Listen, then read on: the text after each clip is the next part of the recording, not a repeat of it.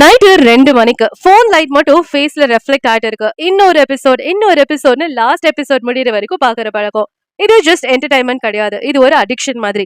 இந்த உலகத்துல இருந்து எஸ்கேப் ஆகுற ஒரு மூமெண்ட். இது ஒரு ஃபீலிங். இன்னைக்கு நம்ம இந்த வீடியோல பேச போறது கொரியன் டிராமாஸ் அண்ட் K-pop பத்தி தான். ஏன் மில்லியன் கணக்கான மக்கள் அக்ராஸ் த வேர்ல்டு, இந்தியால இருந்து USA வரைக்கும் கொரியன் லாங்குவேஜ் புரியாம இருந்தாலும் சப்டைட்டில்ஸ் வச்சு கண்ணுல தண்ணி வர வரைக்கும் அதை பாக்குறாங்க? ஏன் BTS அண்ட் பிளாக் பிங்க் கான்சர்ட்டுக்காக லட்சக்கணக்கில் செலவு பண்றாங்க? நம்ம இந்த வீடியோல என்டர்டைன்மெண்ட் பத்தி மட்டும் பேச போறது இல்ல. இதுக்கு பின்னாடி இருக்க சைக்காலஜி, இமோஷன்ஸ், டார்க் சீக்ரெட்ஸ் எல்லாத்தையுமே பார்க்கலாம். ஏன் இந்த கொரியன் வேவ் 1990ல ஸ்டார்ட் ஆன சின்ன கல்ச்சுரல் எக்ஸ்போர்ட் தான் இது இப்போ ஒரு குளோபல் சுனாமியா மாறி இருக்கு. K-drama வழியா, K-pop வழியா, Korean beauty, Korean fashion, Korean life ஸ்டைல்னு மாறிட்டு இருக்கு. இப்போ நெட்ஃபிளிக்ஸ் ஓபன் பண்ணி பார்த்தாலே டாப் ட்ரெண்டிங்ல கொரியன் கான்டென்ட் தான் இருக்கும். ஏன்னா மக்கள் கொரியன் டிராமாக்கு நிறைய டைம் கொடுக்குறாங்க. ஏன் அப்படின்னா இது இமோஷனல் ஸ்டோரி டெல்லிங் தான். கொரியன் டிராமால இமோஷனல் ஓவரா இருக்கும்னு சொல்லுவாங்க.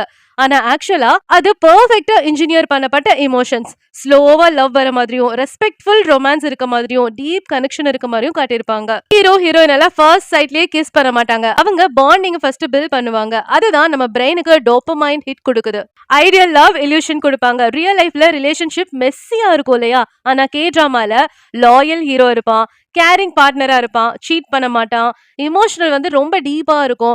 ஏன் இப்படி எல்லாம் அப்படின்னா, சோ இதெல்லாம் பார்க்கும்போது நமக்கு என்ன ஆகுது அப்படின்னா, பிரெயின் ஸ்டார்ட்ஸ் கம்பேரிங் நம்ம ரியல் லைஃப் கூடயும் அங்க இருக்கிற ஃபிக்ஷன் கூடயும் கம்பேர் பண்ண ஆரம்பிச்சிடும். ரிசல்ட் என்ன தெரியுமா? பீப்புள் அவங்களுக்கே தெரியாம இந்த ஒரு பர்ஃபெக்ட் லவ் ஃபேண்டசிக்காக அடிக்ட் ஆக ஆரம்பிச்சிருவாங்க. விஷுவல் பெர்ஃபெக்ஷன் பார்த்தா கொரியன் டிராமாஸ்ல எல்லாமே பெர்ஃபெக்ட்டா இருக்கும். பாக்குற எல்லாமே lightings, skin, locations, camera angle, அழுகிற சீன் கூட ஆஸ்தட்டிக்கா இருக்கும்னா பாருங்களேன். இது பிரெயினுக்கு விஷுவல் சாட்டிஸ்பாக்சன் கொடுக்குதான். ஸ்லோ லைஃப் ஃபேண்டசின்னு பார்த்தா கொரியன் லைஃப் ஸ்டைல் காமா நீட்டா காமிக்கிறாங்க. காஃபி ஷாப்ஸ் காட்டுவாங்க, இந்த ஸ்னோ வர சீன்ஸ் காட்டுவாங்க, நைட்டு நடக்கிற சீன் ரியாலிட்டியில பிஸியா இருந்தாலும் ஸ்கிரீன்ல ரொம்ப பீஸ்ஃபுல் வேர்ல்டு மாதிரி தெரியும். சோ அதனாலயே பாக்குற எல்லாரும் நம்ம இந்த ரியல் லைஃப்ல இருந்து எஸ்கேப் ஆகி நம்ம பாக்குறதுல கூட சந்தோஷம் கிடைக்குதுன்னு அந்த வேர்ல்டுக்கு போயிடுறாங்க டோட்டலா. K-pop ரொம்ப அடிக்டிவா இருக்கு. அப்படின்னா K-popல இருக்க எல்லா ஐடல்ஸும் பெர்ஃபெக்ட்டா டிசைன் பண்ணப்பட்டிருக்காங்க. K-pop ஐடல்ஸ் அப்படின்னா நேச்சுரலா ஃபேமஸ் ஆகல, அவங்க கிரியேட் பண்ணப்பட்டாங்க. வருஷ கணக்குல ட்ரைனிங் கொடுப்பாங்க, டயட் கண்ட்ரோல் இருக்கணும், பர்சனாலிட்டி ட்ரைனிங் கொடுப்பாங்க, ஸ்மைல் ட்ரைனிங் கொடுப்பாங்க. அவங்க பண்ற ஒவ்வொரு மூவும் கால்குலேட் பண்ணி தான் பண்ணுவாங்க. அப்புறம் மியூசிக் அண்ட் விஷுவல் காம்போ எல்லாம் பீட் மட்டும் கிடையாது, டான்ஸ், ஃபேஷன், எக்ஸ்பிரஷன், இது பாக்குறவங்களோட பிரெயினுக்கு மல்டி சென்சரி ஸ்டிமுலேஷனை கொடுக்குது. ஃபேன் கல்ச்சர்னு பார்க்கும்போது ரொம்ப பவர்ஃபுல் இல்லையா? K-pop ஃபேன்ஸ் ஜஸ்ட் ஃபேன்ஸ் கிடையாது, அவங்க ஆர்மின்னு சொல்லுவாங்க. BTS army, black pink blinks. So அவங்க டிஃபெண்ட் பண்ணுவாங்க, சப்போர்ட் பண்ணுவாங்க, ப்ரொமோட் பண்ணுவாங்க. அவங்க ஒரு ஐடென்டிட்டியாவே மாறிடுவாங்க. பேரா சோஷியல் ரிலேஷன்ஷிப் அவங்களுக்குள்ள வர ஆரம்பிச்சிடும். ஃபேன்ஸ் எப்படி ஃபீல் பண்ணுவாங்க அப்படின்னா, இந்த K-pop ஐடல்ஸ் எல்லாம் இருக்காங்களே அவங்களாம் என்னோட ஃப்ரெண்ட், என்னோட லவ்வர், என்னோட பர்சன் அப்படின்னா ரியாலிட்டியில அவங்களுக்கு நம்ம யாருன்னு கூட தெரியாது. ஸ்டில் நம்மளோட பிரெயின் ஒரு இமோஷனல் பாண்டை அவங்க கூட கிரியேட் பண்ணிடும். இதெல்லாம் பண்ற ஐடலுக்கு மட்டும் பின்னாடி பிரச்சனை இல்லைன்னு நம்ம நினைக்கிறோமா? அவங்களோட ஒவ்வொரு சிரிப்புக்கு பின்னாடியும் பிரஷர் இருக்கும். இந்த ட்ரைனிங் சிஸ்டம் கேள்விப்பட்டிருக்கீங்களா? சின்ன வயசுலயே கிட்ஸ் எல்லாம் ட்ரைனிங் குள்ள என்டர் ஆவாங்க. 10ல இருந்து 15 வயசுக்குள்ள ஸ்ட்ரிக்டா ரூல்ஸ் போடுவாங்க. டேட்டிங் இருக்கணும், ஃப்ரீடமா இருக்க முடியாது. இதனால அந்த ஐடல்ஸ்க்கெல்லாம் மென்டல் ஹெல்த் இஷ்யூஸ் கூட வருது. ஹை பிரஷர்னால, பப்ளிக் ஸ்க்ரூனிட்டினால நிறைய ஐடல்ஸ் டிப்ரெஷனை ஃபேஸ் பண்ணிருக்காங்க. சில டிராஜிக் எண்டிங் கூட நடந்திருக்கு. பின்ன பியூட்டி ஸ்டாண்டர்ட் பிரஷர் இருந்துகிட்டே இருக்கும். கொரியன் பியூட்டி ஸ்டாண்டர்ட்னா எப்படி இருக்கணும்? ஃபேர் ஸ்கின்னா இருக்கணும், ஸ்லிம் பாடியா இருக்கணும், பெர்ஃபெக்ட் ஃபேஸா இருக்கணும். ஐடல் அவங்கள ஃபோர்ஸ் பண்ணிக்குவாங்க. அன்ரியலிஸ்டிக் லுக்குக்காக அவங்களவே ஃபோர்ஸ் பண்ணிப்பாங்க. அவங்களுக்கு பர்சனல் லைஃப்ங்கிறது கிடையவே கிடையாது. டேட்டிங் ஸ்கேண்டல்னா கரியர் அவங்களுக்கு ஓவர். ஃபேன்ஸ் ஓனர்ஷிப் வேணும் இல்லையா? இந்த கொரியன்ஸ் எல்லாம் ஃபாரினர்ஸ் எப்படி பார்ப்பாங்க? இது ஒரு இம்பார்ட்டன்ட் கொஸ்டின் தான். நம்ம கொரியன் கல்ச்சரை எவ்வளோ பிடிச்சி லவ் பண்ணிட்டு இருக்கோம். ஆனா கொரியன்ஸ் அதே மாதிரி நம்மளையும் பார்ப்பாங்களா? ரியாலிட்டியில கொரியால ஃபாரினர்ஸ்க்கு கியூரியாசிட்டி இருக்கும், ஆனா அக்செப்டன்ஸ் அப்படிங்கிறது இல்ல ஆல்வேஸ். எஸ்பெஷலி இங்க லாங்குவேஜ் பேரியர் இருக்கு, கல்ச்சுரல் கேப் இருக்கு. சில உண்மைகள் என்ன அப்படின்னா, சில கொரியன்ஸுக்கு மட்டும்தான் இந்த ஃபாரின் அட்டென்ஷன் எல்லாம் பிடிக்கும். ஆனா அங்க இருக்க எல்லா கொரியன்ஸுக்கும் எல்லா ஃபாரினர்ஸையும் பிடிக்காது. அவங்க ஈக்குவலா கூட ட்ரீட் பண்ண மாட்டாங்க. இந்தியால இருந்து ஆயிரக்கணக்கான மக்கள் டிராவல் பண்றாங்க, படிக்க போறாங்க, ஒர்க் பண்ண போறாங்க.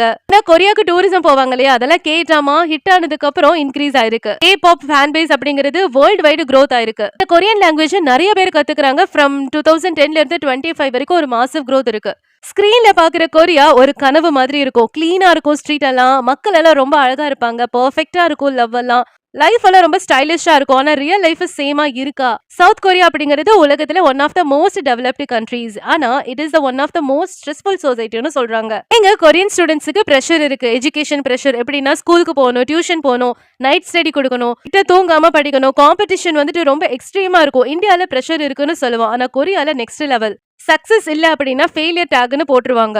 ஒர்க் கல்ச்சர்னு பார்த்தா ஆஃபீஸ் லைஃப் தான். ஒர்க்கிங் ஹவர்ஸ் ரொம்ப நேரம் இருக்கும். பாஸ் வந்துட்டு ரொம்ப ஸ்ட்ரிக்டா இருப்பாங்க. அவங்களுக்கு வேலை தான் வாழ்க்கைனே மாறிடும். நீங்க நேரத்துல கிளம்பிட்டீங்க அப்படின்னா நீ ரொம்ப லேசி அப்படின்னு சொல்லிடுவாங்க. மென்டல் பர்ன் அவுட் அங்க காமன் தான். இமோஷனல் சப்ரஷன் அங்க அதிகமாவே இருக்கு. கொரியன் கல்ச்சர்ல ஃபீலிங்ஸை வந்துட்டு ஓப்பனா எக்ஸ்பிரஸ் பண்ண மாட்டாங்க. எஸ்பெஷலி மென். அவங்களுக்கு உள்ளேயே ப்ரெஷர் பில்ட் ஆயிட்டே இருக்கும். பியூட்டி இண்டஸ்ட்ரி அப்படிங்கிறது ஒரு மறைக்கப்பட்ட உண்மைதான். என்ன அப்படின்னா இந்த கொரியன் பியூட்டி அப்படிங்கிறது அன்ரியலிஸ்டிக் ஸ்டாண்டர்ட்ஸ் தான். கொரியன் பியூட்டி ஐடியல் என்னன்னா இந்த வெள்ளையா இருக்கணும், சின்னதா இருக்கணும், ஃபேஸ் கண்ணு கொஞ்சம் பெருசா இருக்கணும், இந்த ஜாலைன் வந்துட்டு ரொம்ப ஷார்ப்பா இருக்கணும். ஆனா இது நேச்சுரலா எல்லாருக்குமே வருமா? வரவே வராது. அப்படி இருக்க சான்ஸே இல்ல இல்லையா? சோ பிளாஸ்டிக் சர்ஜரி கேபிட்டல் ஆயிடுச்சு. சவுத் கொரியா அப்படின்னா உலகத்துல பிளாஸ்டிக் சர்ஜரி கேபிட்டல்னு கூப்பிடுவாங்க. ஹைலைட் வரதுக்கு சர்ஜரி இருக்கு, ஜா ரீஷேப்பிங் பண்றதுக்கு சர்ஜரி இருக்கு, நோஸ் கரெக்ஷனுக்கு சர்ஜரி இருக்கு. ஈவன் ஸ்கூல் கிராஜுவேஷன் கிஃப்டா பேரண்ட்ஸ் சர்ஜரி கொடுப்பாங்களா குழந்தைங்களுக்கு? இமேஜின் பண்ணி பாருங்க அந்த பிரஷர் எப்படி இருக்கும்னு. சைக்காலஜிக்கல் இம்பாக்ட் என்ன அப்படின்னா பீப்புள் எப்படி ஃபீல் பண்ணுவாங்க அப்படின்னா அங்க நான் அழகா இல்ல, so I need to change my self worth அப்படிங்கிறது ஒரு அப்பியரன்ஸ் பேஸ்ட் ஆயிரும். சோ லவ் அண்ட் ரிலேஷன்ஷிப்னு பார்த்தா ரியல் வெர்சஸ் டிராமா தான். Let's talk honestly. கே டிராமால லவ் வந்து பியூரா டீப்பா லாயலா இருக்கும். ஆனா ரியல் கொரியால ரியாலிட்டி செக்னு பார்த்தா டேட்டிங் கல்ச்சர் இப்போ இருக்கு. என்ன அப்படின்னா fast base life, work pressure, social expectation, relationship வந்துட்டு டிராமால இருக்கிற மாதிரி இருக்கவே இருக்காது. இமோஷனல் டிஸ்டன்ஸ்னு பார்த்தா கொரியன் சொசைட்டி இருக்கிறது அது கொஞ்சம் இமோஷனலி டிஸ்டன்டா தான் இருப்பாங்க அப்படின்னு சொல்லி சில பீப்புள் ஃபீல் பண்றாங்க. அங்க ஏஜ் ஆனதுக்கு அப்புறம் மேரேஜ் ப்ரெஷரும் ஸ்ட்ராங்கா இருக்கும்னு சொல்றாங்க. அங்க லோன்லினஸ் அதாவது தனியா இருக்கிறது வந்துட்டு ஒரு மாடர்ன் சொசைட்டியா பார்க்கப்படுது. இது ரொம்ப இம்பார்ட்டன்ட். ஏன்னா கொரியால டெக்னாலஜி டாப் லெவல் இருக்கு. ஏன் அப்படின்னா லோன்லினஸும் அதிகமா இருக்கு. இப்போ இருக்கிற நாட்களை கம்பேர் பண்ணும்போது அங்க சிங்கிளா வாழ்ந்துட்டு இருக்கிறவங்க இன்க்ரீஸ் ஆயிருக்காங்க. சோஷியல் ஐசோலேஷன் நிறைய வந்திருக்கு. இந்த டீப் கனெக்ஷன் வந்து கம்மியா இருக்கு. ஆயிரக்கணக்கான ஃபாலோவர்ஸ் இருந்தாலும் ரியல் லைஃப்ல ஒரு ஃப்ரெண்டு கூட இல்ல அப்படிங்கிற கான்செப்ட் தான் அங்க. இந்த கேப் எல்லாம் இன்னும் அங்க இருக்கு அப்படின்னா அவங்க ஸ்கிரீன்லயே சந்தோஷத்தை பாக்குறாங்க. ரியல் லைஃப்ல பிரஷர் தான் இருக்குன்னு அதை அவாய்ட் பண்ணிடுறாங்க. டிராமா அப்படிங்கிறது உண்மை கிடையாது. They are designed fantasies. Attract பண்றதுக்காகவும் கம்ஃபர்ட் பண்றதுக்காகவும் இமோஷனை அவங்க விக்கிறதுக்காகவும் யூஸ் பண்றது தான் அது. இப்பெல்லாம் இந்த மக்கள் வந்துட்டு ரொம்ப ஸ்ட்ரெஸ்டு ஃபீலிங்குள்ள போறாங்களோ அப்பெல்லாம் இந்த மாதிரி ஃபேண்டசி மூவி அதெல்லாம் பார்க்கும்போது அவங்களுக்கு ஒரு மனசுக்கு சாட்டிஸ்ஃபேக்ஷன் கிடைக்குது. ப்ரொடியூசர்ஸ்க்கு இதெல்லாம் தெரிஞ்சிருக்கு. அதனாலதான் இந்த ஐடியல் வேர்ல்டு கிரியேட் பண்ணி வச்சிருக்காங்க. கொரியன் கான்டென்ட் அப்படிங்கிறது ஜஸ்ட் நாட் என்டர்டைன்மெண்ட். இது வந்துட்டு ஒரு ஸ்ட்ராட்டஜியா பார்க்கப்படுது. இன்ஃப்ளூயன்ஸ் பண்ண ரெண்டு வழி இருக்கு. ஒன்னு மிலிட்ரி, இன்னொரு கல்ச்சர். கொரியா சூஸ் பண்ணது கல்ச்சர். அதோட ரிசல்ட் என்னாச்சு? டூரிசம் அதிகமாச்சு, குளோபலி ஃபேன்ஸ் கிடைச்சாங்க, எக்கனாமிக் க்ரோத் இருக்கு. கே பாப், கே டிராமா அப்படிங்கிறது ஒரு நேஷனல் பவரா அங்க பார்க்கப்படுது. ஆனா பாக்குற நம்மளுக்கு எதுக்கு அவங்க கூட ஒரு கனெக்ஷன் இருக்க மாதிரி தெரியுது அப்படின்னு உங்களை கேட்டோம் அப்படின்னா, பாக்குறவங்களை கேட்டோம் அப்படின்னா இமோஷனல் ஹங்கருக்காக. ரியல் லைஃப்ல நம்மளுக்கு அட்டென்ஷன் வந்துட்டு கம்மியா இருக்கலாம், அண்டர்ஸ்டாண்டிங் வந்துட்டு கம்மியா இருக்கலாம். ஸோ இந்த கே டிராமா பார்க்கும்போது நம்மளுக்கு ஒரு இமோஷனல் சாட்டிஸ்ஃபேக்ஷன் கொடுக்குது. இதுதான் சைக்காலஜி. அந்த கே டிராமால இருக்கிற ஐடல் இல்ல கே பாப்ல இருக்க ஐடல் அவங்க பண்றத பார்க்கும்போது ஒவ்வொரு ஃபேன்ஸும் என்ன ஃபீல் பண்ணுவாங்க அப்படின்னா நான் டிஃப்ரெண்ட், நான் யூனிக் அப்படின்னு. சோ அவங்களுக்கு அந்த அவங்களுக்குள்ளேயே ஒரு ஆட்கள் மாதிரி ஆக ஆரம்பிச்சிடுறாங்க. சோ ரியல் ப்ராப்ளம் வந்துட்டு நமக்கு ஸ்ட்ரெஸ் கொடுக்குது, இந்த கே டிராமா நம்மளுக்கு கம்ஃபர்ட் கொடுக்குதுன்னு சொல்லிட்டு பிரைன் எப்பவுமே இந்த கம்ஃபர்ட்டை சூஸ் பண்ண ஆரம்பிச்சிடும். அதோட விளைவு தான் நைட்டு 2 மணி 3 மணி வரைக்கும் எபிசோட மாத்தி மாத்தி பார்த்துட்டு இருக்கிறது.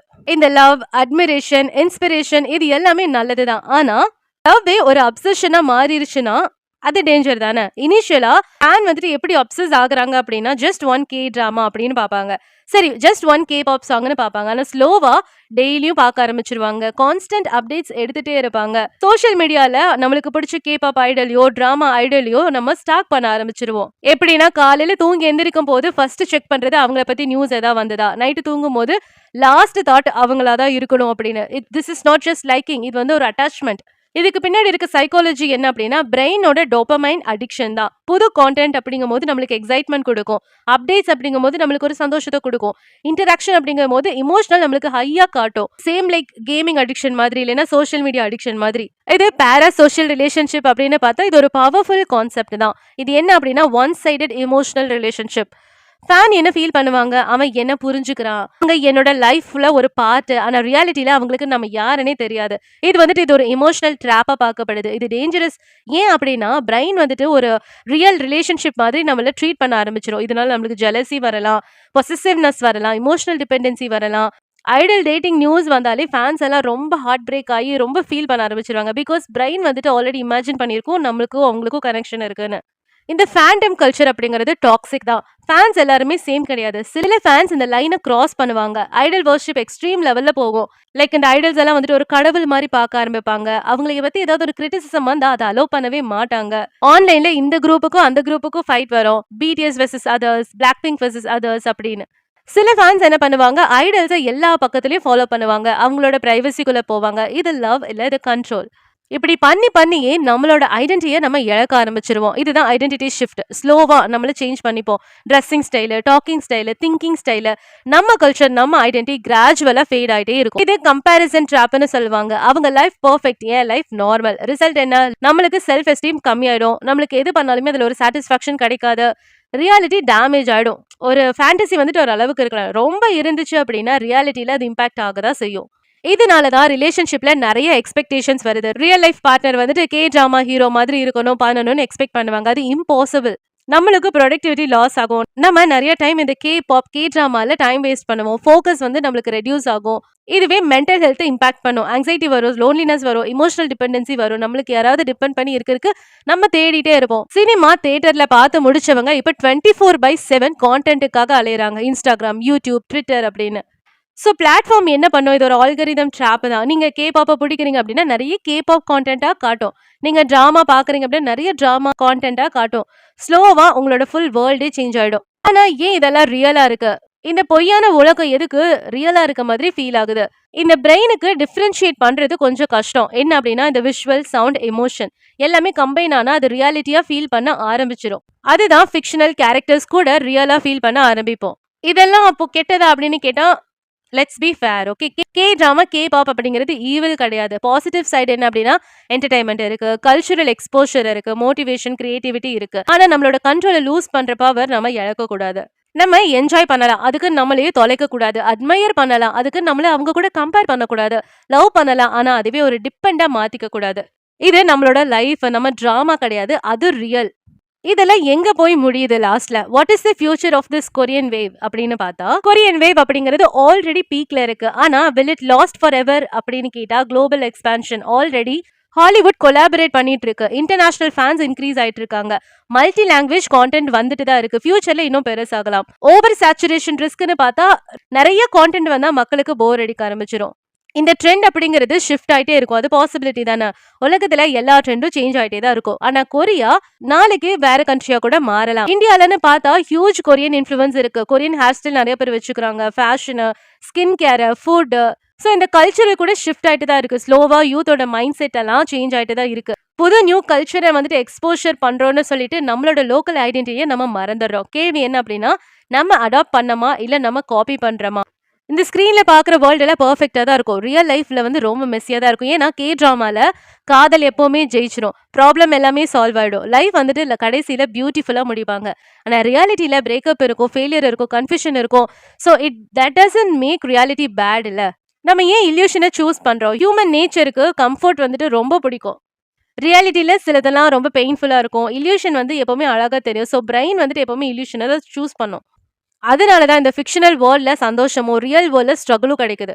நம்ம மற்றவங்களோட லைஃப்பை பார்த்து ஃபீல் பண்றோம், ஆனா நம்மளோட லைஃப் பார்க்கறதுக்கு மறந்துடுறோம். இதுதான் ஒரு டேஞ்சரான விஷயம். என்ஜாய் பண்ணணும், அதுக்கு லிமிட் இருக்கு, அதுக்கு கண்ட்ரோல் இருக்கணும். ரியல் லைஃப் தான் எப்பவுமே ஃபர்ஸ்ட், ஸ்க்ரீன் எல்லாம் அப்புறம் தான். லைஃப் இம்பார்ட்டன்ட் இல்லையா? கே டிராமா, கே பாப் அப்படிங்கிறது ரொம்ப அழகானது தான்.